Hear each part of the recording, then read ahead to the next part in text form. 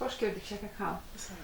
Eşitdik ki, bizim kitabxanaya yeni kitablar daxil olub və istədik onu ictimaiyyətə çatdıraq, işıqlandıraq. Ümumiyyətlə, bu son dövrdə İqtisadiyyat İnstitutuna hansı mənbələrdən kitablar, jurnallar daxil olub və təbii ki, konkret olaraq hansı kitablar son zamanlar daxil olub kitabxanaya?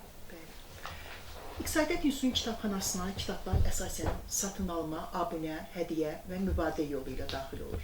Satın alma yolu ilə İnstitutun kitabxanasına biz Akademik Kitabdan, Kitab Evindən və bir sıra kitab mağazalarından kitab əldə edirik. Abunə yolu ilə məlum əslində ki, bir sıra firmalar var ki, abunə edirlər. Məsələn, biz YMC vasitəsilə institutumuza yerli və xarici jurnallar, yəni ki, abunəmiz var. Bunlardan, məsəl üçün, yerli nəşrlərdən Respublikadır, Azərbaycan xalqdır, sonra bir sıra jurnallarımız var ki, Azərbaycan iqtisadiyyatı, məsəl üçün, maliyyə uçot, idarə etmə və mühasibat uçotu, vergilər və vergi ödəyiciləri kimi biz jurnallar alırıq. Xarici jurnallardan biz Vapros Ekonomiki, Miravay Ekonomika və Международный Ekonomiski Отношения jurnalını alırıq. Kitabxanamıza daxil olur. Bundan başqa bizim öz institutumuzun da İqtisadi Artım və İctimai Rifah adlı belə bir jurnal çap edir. Bu jurnal deməli indeksasiyası vardır, DOI, ISBN kimi və beynəlxalq standartların qeydiyyatında alınıbdır. 3 dildə burada məqalə ilə, yəni ki, tədqiqatçılar öz məqalələrini verə bilərlər. Ondan başqa, yəni təkcə institutumuz yox, başqa yerdən oxucular da, elmi tədqiqatçılar da burada öz nəşrlərini, yəni ki, çap elədə bilərlər əsərlərini. Daha sonra bizim institutumuzda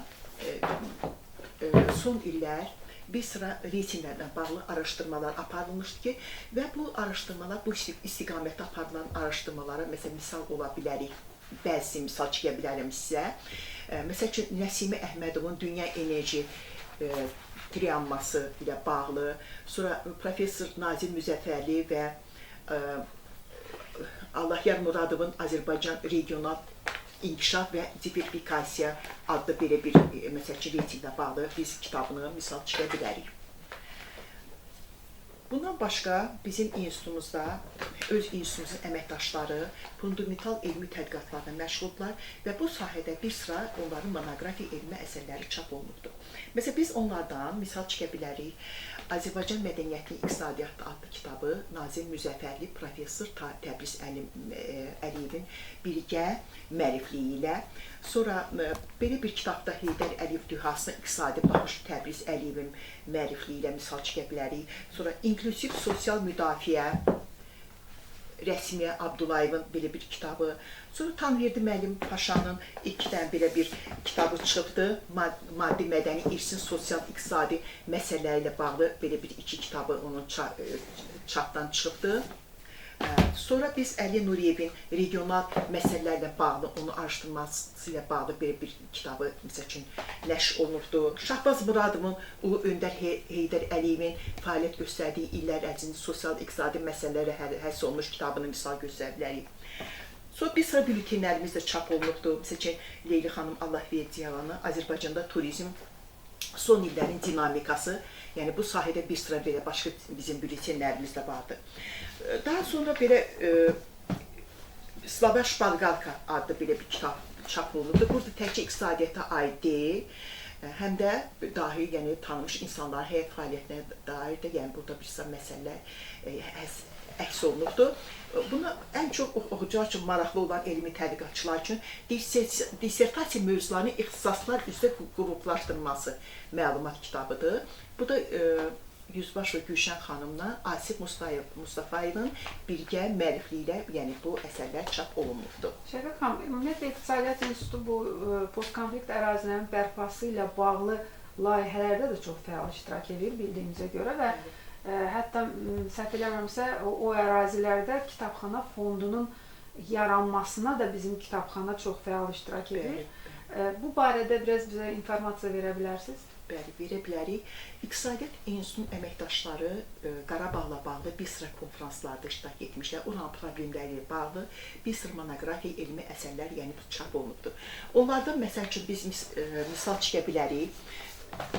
Belə bir post-konflikt ərazilərlə bağlı olan belə bir kitab, yəni ki, Nazir Müzəffərliyinin rəhbərliyi ilə belə bir iqtisadi potensial araşdırılıb. Bəli, belə bir araşdırılıbdı. Daha sonra Qarabağın da yeni iqtisadiyyat quruculuğu məsələsinə həsr olmuş, yəni konfranslar da iştirak ediblər. Ağdamdakı. Bəli. Daha sonra Şuşaya inkişaf impulsu, mədəniyyətin iqtisadi, yəni Şuşanın impulsları ilə bağlı belə bir kitab, konfrans materialı oldu ki, yəni burada konfransa həm iştirak ediblər, həm də öz konfrans tezləri ilə, yəni elm məsələləri ilə çap olmuşdur.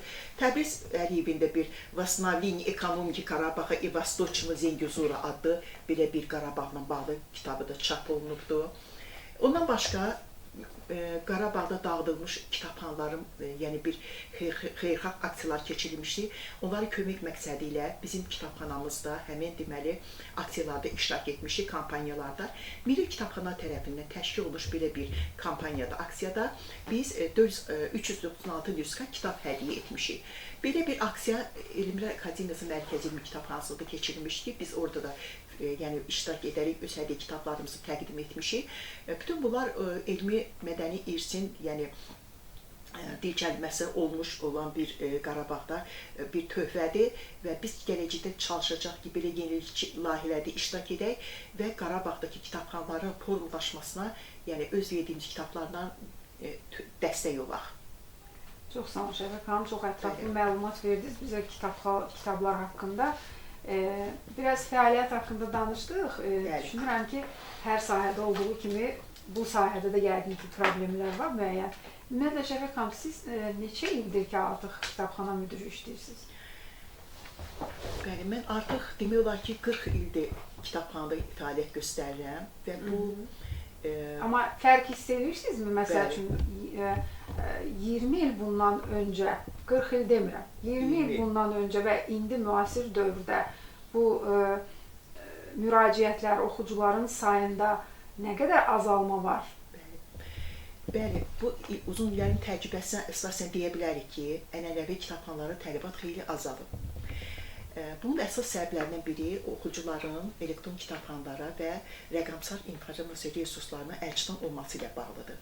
Əvvəla şübhəsiz ki, oxucular daha çox kitabxanalara müraciət edirlər və bu göstəricilərin sayı son illərdə xeyli azalıbdır.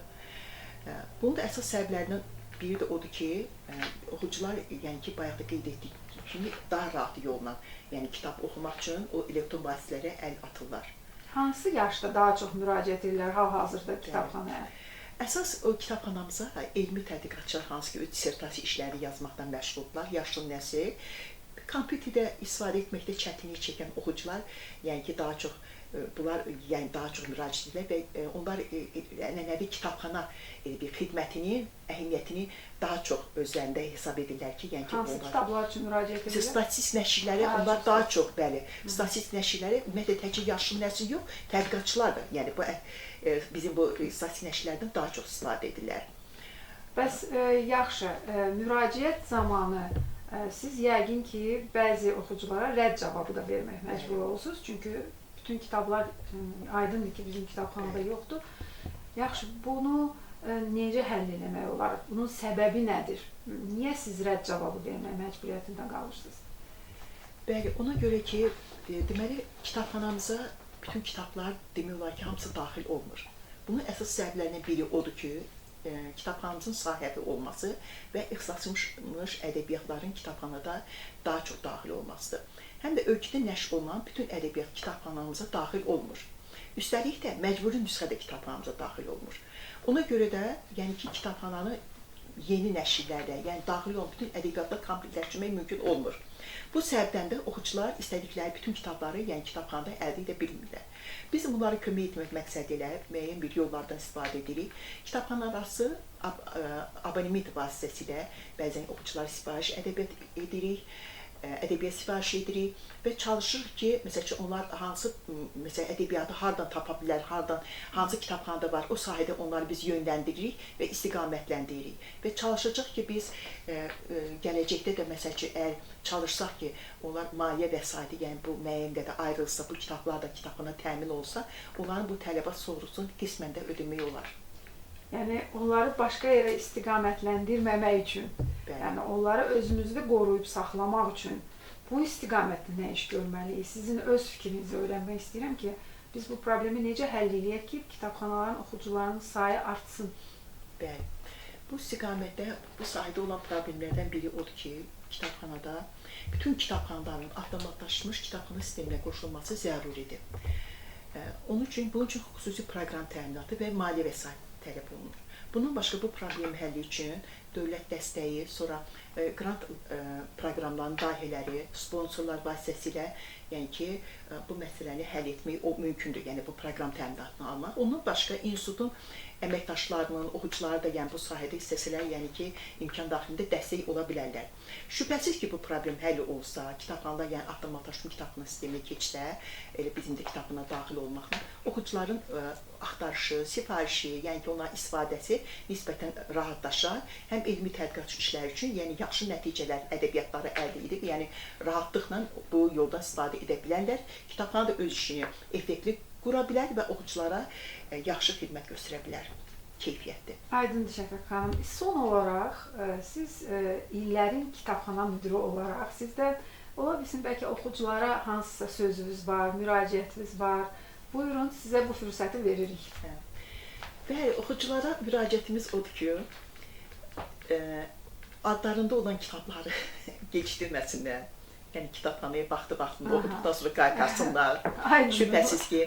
Sonra məsəl üçün kitabxanaya daha çox gəlib kitabxanadan istifadə etsinlər, elektron, yəni ki, gənclərə aid xüsusilə ki, yəni ki, bunlar əlbəttə səhhətinə də ziyandır, saatlarla kompüterdə oturmaq. Kitabı əyani alıb oxumağın, yəni ki, bir ləzzətini, dadını çıxartsınlar, zövqünü çıxartsınlar, əllərini alsınlar onu, yəni ki, hiss etsinlər kitabı. Bu şübhəsiz ki, onlar üçün də xeyirdir, yəni kitabxanadan istifadə üçün də xeyirdir ki, yəni aldığımız kitablar oxunsun oxucular tərəfindən. Çox sağ olun Şəfəq xanım, bu maraqlı məlumatlar üçün, informasiya üçün çox sağ olun, sizə uğurlar.